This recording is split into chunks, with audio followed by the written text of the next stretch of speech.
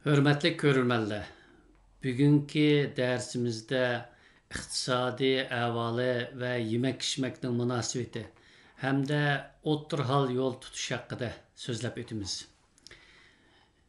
İnsanların kirim mənbəsi və növbətdəki chiqimini və turmuş adətlərini misal qılıb aytqan vaqtimizda insanlarınki iqtisadi, ijtimoiy, madaniy o'rnini birlashtirib qaragan vaqtimizda yemək-içmək bilanmi bo'lgan munosabatini birlashtirib ko'rgan vaqtimizda bundaq 4 xilga bo'lish mumkin. Birinchisi boy odamlar, ikkinchisi puldor odamlar, uchinchisi o'tirhal və normal kişiler. Dördüncüsü namrat kişiler.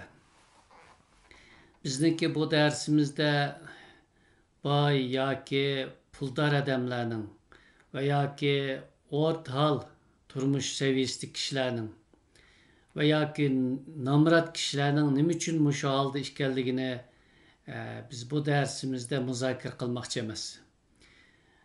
Biz mushu qatlamdaki kişilerin yemek-içmekki tutkan pozisiyasini ve bu qatlamdaki kişilerge bizning yemek-içmek jihatdagi tavsiyalarimizni sharhlab o'tmoqchi. Hamda boy odam deganimiz bu universal bir hukm bo'lib, bunun ichida iqtisodmi bor, siyosimi bor, madaniyat, san'at ve kişilik süpatlar qatarlıq mana mushu bir qancha eng muhim bo'lgan ko'rsatkichlarning biriga kelganligini ko'rsatdi. İjtimoiy qatlam jihatdan va yoki umumiy jamiyatdagi o'rin jihatdan miqdor yoki nisbatini aytganda boy odamlar bek ko'p bo'lmaydi. Chunki boy kishilarda pul bo'lishi kerak, siyosiy o'rni bo'lishi kerak. Siyasi, iqtisod, madaniyat ve insanlık süpüte yuqur buluş gerek. Növbette hakimiyet tutkan, pulu bolgan bolsumu insanlık terak kılmagan, vəhşi, qopal, bilimini insanlıkka karşı işletadigan, yuqur unvan, yuqur mənsib bolsumu insanga öç, mana muşundaq bir qatlamla özlerini boy deb hisoblamoqda.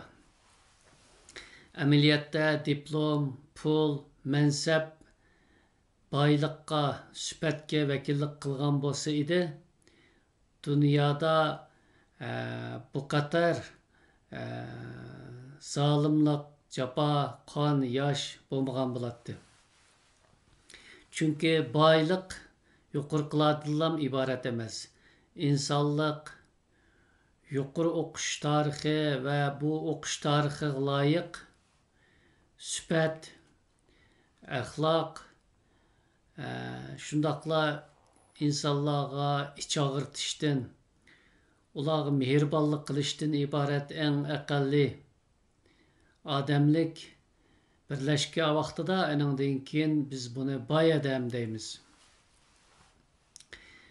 Anda boy adamlarniki umuman alayligi bek özünü köstüp ketmeydi. Özünü kiyim-kechak, qatnash quralları, aloqalash quralları, öy ve yoki ish qilib umuman kishilarga ko'rindiganligi jihatda o'zini boy ekanligini ifodalashga tirishib, oldiga chiqib, o'zini kunda tashviq qilib yurmaydi. Boy odamlar şu millet ve şu devletniki çonqur devletinden ibaret. Ular fikir işlep çıkırdı, keyinki əsrini layihələydi, hükümdarlığa məsləhət berdi. Normal şəraitlərdə o'tirg'i chiqmasimi, qiyinchilikqa duchor bo'lgan vaqtida, umum jamiyat qiyinchilik duchor bo'lgan vaqtida özüne ve küçünü gösterdi. Anda ularniki yemek-içmek jihatdagi ifodasi asosan oz iste'mol qildi. organik, tabiiy yemekliklarga mayil bo'ladi. Yemek ishmekni hashamatlik qilishga, ko'z qilishga, ziyofat orqali o'zini bildirishga tirishmaydi. Oddiy soddiy kiyindi. To'ymasdan tomoq yeyishni boylikninki, boy bo'lganlikninki muhim nishonasi hisoblaydi. Mana bu yemek ishmekka munosabatlik bo'lgan boylarning bir ifodasi. Endi puldor odamlarga kelsak, puldor odamlarniki aloqalashish saymallari, qatnash saymallari, uy, mol mulki va yoki umuman xalq ko'ygili bo'ladigan, o'ng'ili, tutqili bo'ladiganligi sohalarda puldor odamlar o'zini ko'z qilishga, oldiga chiqishga, o'zini davomli ko'z tutishga tirishadi. Balkim bularning bir qismi amaldor bo'lishi mumkin. Eng cho'ng amaldorlar bo'lishi mumkin. Har kun televizordan tushmaydigan, har kuni o'zini maqtaydigan, o'zininki ko'z qarashlarini ideya deb o'zi bazoq soladigan, kishilarga azob keltirishni xushallik his qiladigan, kishilarni yashash huquqidan, mol-mulk huquqidan, madaniy huquqidan, madaniyat huquqidan mahrum qilishni vatanparvarlik deb tushunishi mumkin. O'zniki barliqlariga to'ymay, to'xtamay barliq shakllantirishga tirishi mumkin. O'zidan bexatarligidan andish qilib, yuzlarcha, minglarcha qo'g'dug'ich bilan minishi mumkin. Bu qalbi gadoy pulisi bor odamlarniki tipik alomatlardan iborat. Endi bu puldor degan shu odamlarningki yana bir aloyligi, bular har kuni to'xtamay ziyofatdan ziyofatga yuguraydi. O'zining pulisi bo'lsa-mu, ziyofatga borganda anandan keyin o'ziga bir xushallik his qila oladi. Hal qilg'ili bo'ladiga ishlarni tomoq yeb turib, mehmon qildirib turib hal qilishga yoki o'zi boshqalarni yelindirishga amroq bo'ladi. Boshqalarning she'r yozib maqtashini, o'zini gazet jurnallarda maqola orqali maqtashini talab qiladi. O'zini e'lon qilishga pul xarjlaydi. Kiyim-kechakda qatnash, aloqalash qurollarida oyda bir yengushlab o'zini boy ko'rsatishga tirishadi. Bu bizning darsimizning temasi emas, ammo asosli gapimiz yemek ishmakda bo'ladi. Asosan bular to'yg'inni bilmaydi. 3 vaqt go'shtlik yoki go'sht iste'mol qiladi. Go'shtlik tomoqlardan sirt yana go'sht iste'mol qiladi. Oqshimi va kechlargachilik tomoq ustildan ayrilmaydi. Nimaning foyda, nimaning ziyon ekanligini payqatmaydi. Qaysi yemeklikniki tabiatining nima ekanligi bilan kori yo'q. Chiqish bo'ladigan narsalarni qo'shib yeb, og'ir qon tomir kasalliklari mana shu puldor odamlarda jiq uchraydi. Bularning kilosi yuqori, qusqi yo'g'on, har turli kishiga qon besimi, yurak tiqilibdi, bosh og'irlabdi, ko'zga qon tushibdi, put-qo'li ishib qopti deganga o'xshash kasallik va yo alomatlar bilan doktorxonalarda jiq pul berishni yana taxa bunimi boylik deb hisoblaydi. Bular umuman boshqalarning turmushiga aralashish, boshqalarga hukmronlik qilish, boshqalarni ayblash modasiga o'tib qoladi. O'zlarini intayin cho'ng, katta, buyuk odamlar deb bular dinga aralashadi, qonunga aralashadi, boshqalarning kiyim-kechigiga fikr qiladi, boshqalarning oilasiga buzg'unchilik qiladi. O'zining tijorat va pul bilan bo'lgan qismida to'xtab qolmay, butun jamiyatni egallashga, boshqalar ustida yetarlik darajada hokimiyat shakllantirishga tirishadi. Umuman puldor odamlarning mutlaq ko'p qismi to'yg'inni bilmaydi. Hamda o'tir qatlam kishilarda kirim bilan chiqim asosan tang bo'lg'ashqa ham bir qism qarzlari bilan yangi shaylarni, yangi uy, mulk va boshqa qatnash quroli, aloqalash quroli jihatlardan normal va yoki bo'lmasa qarz olib bulardan bahramand bo'lg'achqa nisbatan oqilona tushunish, nisbatan mo'tadil o'ylash, nisbatan o'zini tutib olish, ham intilish bilan billa ham shukr qilishga ahamiyat berish jihatda bütün insonlar ichidagi ugunishga shularning turmushini yashab boqishga tegishlik qatlam hisoblanadi.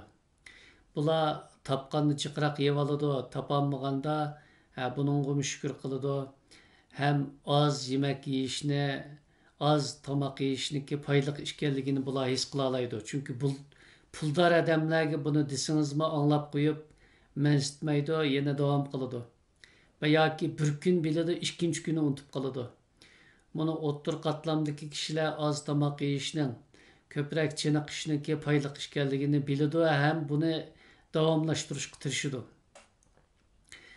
O'ttir qatlamdagi oz tomoq yegan yoki bo'lmasa jiq tomoq yeyishga bek imkoni bo'lmagan va yoki bo'lmasa ish qilib yemak-ichmak orqali o'zini zaharlashni xohlamaydigan kishilar umuman fikr tafakkurdimi nisbatan oqilona bo'ladi. Bular o'qish, o'rganishga ahamiyat berdi, bolalarni o'qitadi, yemak-ichmak, kayf safa, hashamat va yoki bo'lmasa o'zini ifodalashga ketgan vaqt, zehn, pulning o'rniga ko'proq o'rganish va bilimini oshirish orqali haqiqiy boy bo'lish tarafiga o'tmoqchi bo'ladi. Bularning bir qismi haqiqatan boy bo'ladi. Keyincha pulda, iqtisodda, siyosatda, ilmda, aqlda, mantiqda eng yuqoriga chiqa oladi. Yana bir qismi puldor holatga o'talaydi. Va bular puldor holatga o'tgandan keyin oz yeyish, yengil bo'lish, o'zini bilish jihatlardagi bilimlarni tashlab etib, yana o'zini ko'zitishga takror isbotlangan va yoki tashlab etilgan mana shu ko'z qarashga bularmi petib qoladi. Yana bir qismi tadbirda xatolik yapmaganligi, yemak-ichmaklarda diqqat qilmaganligi, ba'zi jiq yeb olganligi uchun bular kasal bo'lib, namratlar holatiga tushib qoladi. Demak, o'ttir qatlam kishilarniki dunyo qarashi bilan yemak-ichmak jihatdagi alayliklarni nisbatan keng bayon qilib o'tdik. Endi namrat qatlamdagi kishilarniki aqlsizligi, bilimsizligi uchunlam namrat deb ayiblasak bo'lmaydi. Boy bo'lishniki cho'qim bilim, sharoit, yo'lash, siyosat va boshqa jihatlardagi har turli foydali iqlimniki birlikka kelishi bilan anandan keyin boy bo'g'ili bo'ladi.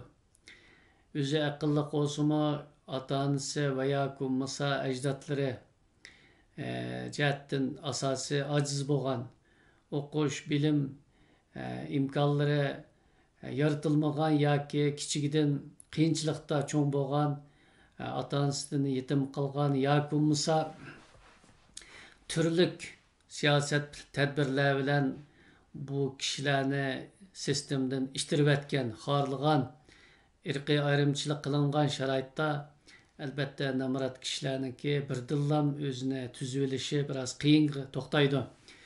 Shuning uchun namrat kishilar yolg'iz o'qish, o'rganish va boshqa jihatlardagi yuksalishga imkon topolmaslikning ustiga yemak-ichmakdami haqiqatan insonlar xijil bo'ladigan darajada qiyinchilik uchraydi. Chunki bir odamning namrat och qilishiga boshqa qatlamdagi kishilarning ko'z yumishi haqiqatan insonlik jihatdan xijil bo'lish tegishli ish. Umuman namrat kishilarniki o'qish, o'rganish, turalg'u va boshqa jihatlardagi sharoitlari kundan kunga ish berayotgan raqobat va baho jihatdagi besimlarni birlikda kelganligi uchun namratlarniki g'imi, xofaligi aile ziddiyeti ve öz bilen özü ziddiyeti işip ketip, aqlga, o'qishga, o'rganishga mablag' silish, u to'g'rida o'ylanish imkonlari ozlab ketgan bo'ldi. Uzun mezgil nomrat yurish haqiqatan aqlni, bilimni va zehnni xo'ratganligi uchun bularniki yemak-ichmak jihatdagi imkonlarimi keskin qiyinchilik ichida bo'lganligi uchun badanda oqsil yetishmaslik, mineral moddalar, vitaminlar yetishmaslik sababidan nervi ajizlash, yurak charchash, bütün bedende hargınlık buluş, çaş düşüş, nursuz buluş, börek aciz buluş qatarlıq ahvallar nispeten gevdilik buludu. Şunun bilen billa namrat kişilerniki her xil kesellikler tüpeylden davalanış xiracetinin yetmesligi tüpeylden az japa çıqlap azroq qiyinchilik qatlanib bu bolalarniki kelajagiga ta'sir qilib mana shu yomon aylanish ichida qolib qoladi. Shuning uchun nomrat kishilarning yemak-ichmak sharoitini yaxshilash, ularniki qiyinchiligidan o'tib olishga yordam qilish, ularning bolalarini o'qitishiga yaqindan bir yor yo'lakda bo'lish boshqa qatlamdagi kishilarning qilishga tegishlik insoniy yordamidan hisoblanadi. Nomrat kishilarniki yemak-ichmakda qiyinchilik uchrashi tufaylidan va yoki topganda yevilib yo'qda yo'q uzun mezgil shunda jafoda qilib qilishi ularda bir qator aqliy va mantiq jihatdagi qarorlarda albatta xatolar ko'p ko'rildi. Bulupmu bek uzun mezgil nomratlık qilish insonlikniki bedellik ziyniga yordamchi yoki sababchi bo'lgan bo'lsa, odamning mantiqliq o'ylashi, aqliga mablag' silishi va o'zini o'zi bilishi jihatlarda texmo qiyin sharoitlarga olib tashlaydi. Shuning uchun hamma qatlam o'ziniki ortiqchiligi va kamchiligini his qilishi, o'ziga mablag' silishi, bolalariga mablag' silishi va ishinib boshqalarning saodatlik turmush kechirishiga yordamda bo'lish lozim. Biz shu yemak-ichmak jihatdan turmush qatlamlari haqida ozroq to'xtalib o'tdik. Kishilar o'zlariga payliq tarafini ilib, ziyonliq tarafidan xafa bo'lib, leksiyanınki haqiqiy ma'nosiga yetolmay o'tgandan o'ziga o'zi hay verib, o'ziga madaniy shaklda muomala qilishi, aqlini va kelajagini ko'proq o'ziga va xalqiga foydali jihatdan loyilishi, yemak-ichmak orqali, yemak-ichmak terrorchiligi orqali o'ziga va oilasiga ziyonkashlik qilmasligi, yemak-ichmaklarni biologiyalik mavjudiyatni davom qildirish uchun iste'mol qilib, madaniyatini yuqori ko'tarish jihatlarda yemak-ichmaklarda o'ziga hay berishini tavsiya qilaman. Bugungi darsimiz mushagich bo'ldi. Xayr xo'sh.